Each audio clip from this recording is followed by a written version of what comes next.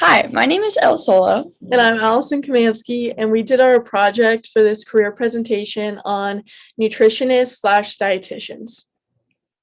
So, goals as an overall nutritionist, dietitians are really just experts in the use of food to manage diseases and optimize their health with their clients. So, they create nutrition plans to help people live healthier lives and promote healthy eating habits to just improve the overall quality of life. So, the purpose of a dietitian is to work, it can be one on one with a specific patient or with a group of people, and to focus on their nutrition. Some issues they may have are just to promote their nutrition to improve their quality of life. Um, they work with athletes, just regular people. It can either be people specified in nursing homes or patients in hospitals. Really, anyone can work with a nutritionist.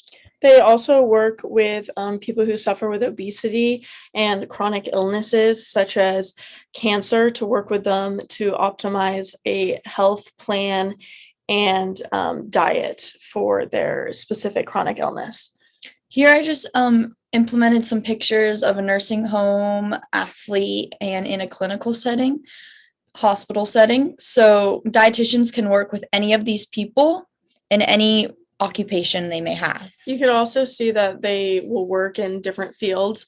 They can be out on the field working out with an athlete, deciding what diet plan would be best suited for track, football, or whatever sport their client may be doing. They can work in hospitals, and then they can also work in their own personally owned clinic.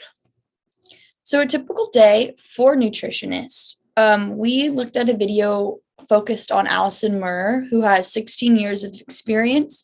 She described her work with collegiate level, high school students, and professional level. She mostly focused on talking about players. So in the off season, her job would be to check in with players and make sure they're hitting their body weight goals and make sure they're eating the right nutrition to optimize their recovery during the off season. She also talked about how she focused on players with eating disorder talks and meal planning during season, off season, and just really helping them with the nutrition. She also talked about her experience with the pro sport level, and she just liked them the most because she was able to focus on the fine tuning aspect of nutrition.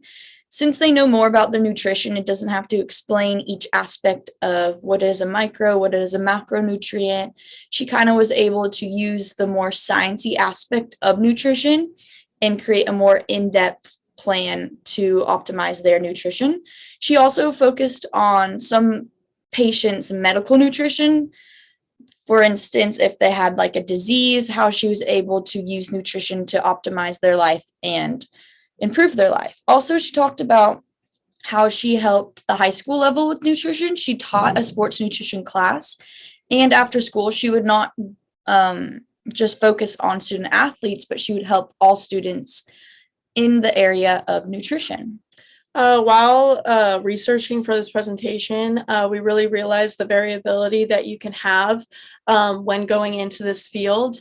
For example, this day in the life of a sports nutritionist really differs from that of a clinical dietitian whose main area of focus is going into the hospital each morning, running blood work of their clients, and going from those specific blood work tests to optimize a plan, like earlier stated, for their chronic illness, or talking with their other doctors and consulting with them to find a better plan.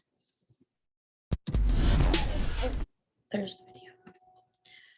So the types of degrees required for nutritionists would to be get your bachelor's degree in a health related field and then a master's degree in nutrition. Some health related fields might just be like a Bachelor of Science in Nutrition or Healthcare Administration Leadership. And then also some types of certifications and licenses required would be the CNS, which the CNS is the Certification Board for Nutrition Specialists. And then also the CSSD would be the Certified Board Nutritionist in Sports Dietetics. So that could be another area of expertise if you want to go into sports. And then an RDN would be the registered dietitian nutritionist, or just an RD, which is just a registered dietitian. All these credentials, you can specify which one you'd like to just graduate from a bachelor's degree program, which I noted in the other slide. Also, some internships are required, so sometimes a minimum of 1,200 hours of supervised experience at a community agency or just in the health-related field practice, whether that be with an athletic training program in the clinical aspect field, or if you're just helping in a nursing home, or if you have your own private practice, you can also internship or just shadow someone who is focusing on one's nutrition. After you do these volunteer hours, you do have to pass an exam as well. And then overall, all of this school required to be a nutritionist costs around $40,000 to $115,960. So it is kind of pricey, but it varies how in depth you go with your license and your education and where you're choosing to internship and do your volunteer hours. So for the renewal of the certification and license, every 5 years, you do need to do a recertification test. And you also have to make sure for each specified clinical dietitian, sports nutrition, or whatever area you decide to go in to become a nutritionist, you have to meet the professional educational requirements for that field.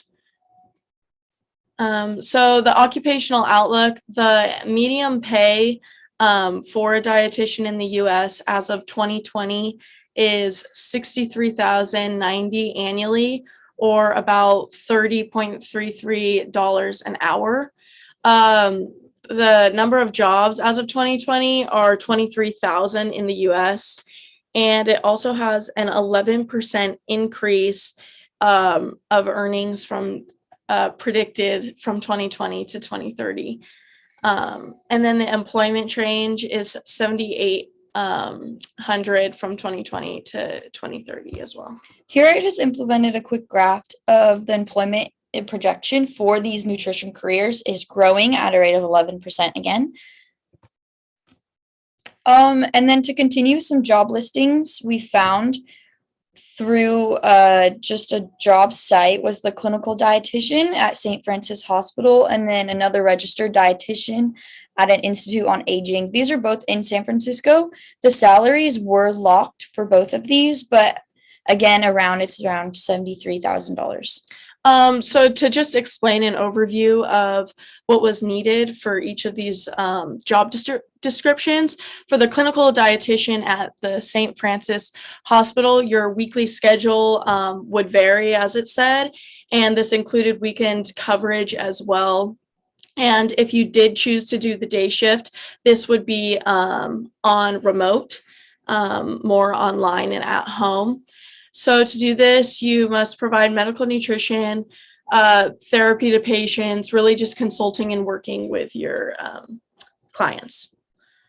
And then from our own interview that we went through, we interviewed our athletic trainer, Rachel Scholl, and some things we took away from our interview was one of her quotes that said, "Do not be afraid to fail. It's going to be okay.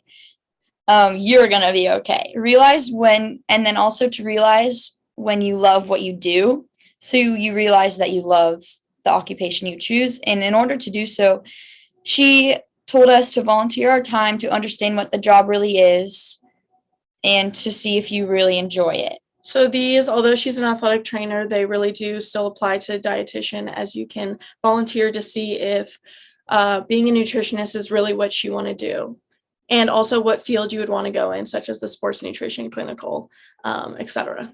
Thank you. And then there's just our bibliography. Thank you. Okay.